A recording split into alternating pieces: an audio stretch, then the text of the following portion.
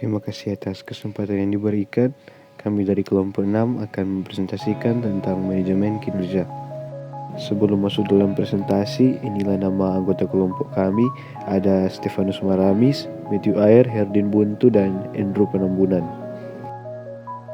Pengertian manajemen kinerja. Secara umum, manajemen kinerja merupakan suatu upaya komunikasi yang dilakukan secara berkelanjutan antara karyawan dengan atasannya dengan tujuan untuk mencapai tujuan utama sebuah perusahaan. Kehadiran manajemen ini memang sangat dibutuhkan dalam sebuah perusahaan karena dapat membantu menyelaraskan karyawan dengan sumber daya lainnya supaya tujuan perusahaan tercapai dengan maksimal. Siklus manajemen kinerja. Setidaknya terdapat 4 siklus manajemen kinerja yang perlu diikuti secara berkelanjutan, yaitu perencanaan, monitoring, reviewing, dan penghargaan. 1. Perencanaan. Pada tahap ini, pihak manajemen dan juga direktur perusahaan akan melakukan diskusi terkait dengan tujuan dan hal-hal yang ingin diraih oleh perusahaan, baik dalam jangka waktu tertentu maupun secara keseluruhan. Hal ini menjadi tahapan yang sangat penting dilakukan karena setiap karyawan memiliki panduan dalam merancang tujuan secara mendetail. Yang kedua, monitoring. Umumnya, monitoring akan dilakukan setahun sekali. Pada siklus ini, manajer diwajibkan untuk melakukan berbagai macam cara agar dapat memastikan jika tujuan yang sudah direncanakan dapat diraih. Apabila ditemukan masalah pada karyawan, maka manajer harus membantu karyawan dalam menyelesaikan masalahnya. Pada tahapan ini, bisa jadi akan muncul tujuan baru yang ditetapkan sehingga kerap kali terjadi perusahaan dalam sebuah perusahaan. Yang ketiga, reviewing. Siklus yang ketiga adalah reviewing atau pengkajian dua arah. Biasanya, tahapan ini dilakukan pada akhir tahun, di mana pihak manajemen dan juga karyawan akan melakukan diskusi apakah tujuan perusahaan yang ditetapkan sejak awal bisa tercapai dengan baik.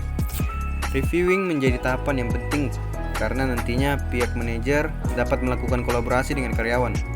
Melibatkan pekerja juga dapat membuat karyawan merasa terpacu untuk memberikan kontribusi dan kinerja yang maksimal untuk perusahaan tersebut. Kemudian yang keempat, penghargaan.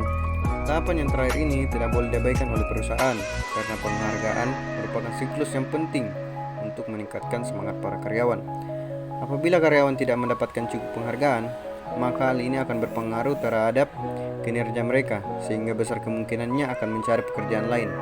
Adapun berbagai bentuk penghargaan yang bisa diberikan perusahaan kepada karyawan antara lain adalah promosi jabatan, peningkatan gaji, pemberian bonus, proyek tambahan, peningkatan jatuh cuti, dan lain sebagainya. Tujuan manajemen kinerja. Pada dasarnya, setiap divisi dalam suatu perusahaan pasti memiliki tujuannya masing-masing. Begitu pula dengan manajemen kinerja yang memiliki beberapa tujuan umum antara lain sebagai berikut. Yang pertama, tujuan strategi. Kemudian yang kedua, tujuan administratif. Kemudian yang ketiga, tujuan pengembangan. Sistem penilaian kinerja. Sistem penilaian kinerja adalah sistem formal pemantauan karyawan yang melibatkan evaluasi kinerja berdasarkan penilaian dan pendapat dari bawahan, rekan kerja, supervisor, manajer, bahkan pekerja itu sendiri, dan merupakan cara atau mekanisme yang digunakan organisasi. Dalam melakukan penilaian atau evaluasi kinerja yang efektif, ada beberapa syarat dalam efektivitas penilaian kinerja, yaitu relevance. Ada kaitan yang jelas antara standar tampilan kerja dari suatu tugas dan tujuan organisasi. Dan ada kaitan yang jelas antara elemen tugas dan dimensi-dimensi yang dinilai dalam lembaran penilaian. Sensitivity. Sistem penilaian yang digunakan dapat membedakan antara pegawai yang efektif dan pegawai yang tidak efektif. Reliability. Hasil penilaian yang diperoleh menunjukkan konsistensi yang tinggi. Sistem yang digunakan harus dapat diandalkan, dipercaya, bahwa menggunakan tolak ukur yang objektif, akurat, konsisten, dan stabil. Acceptability.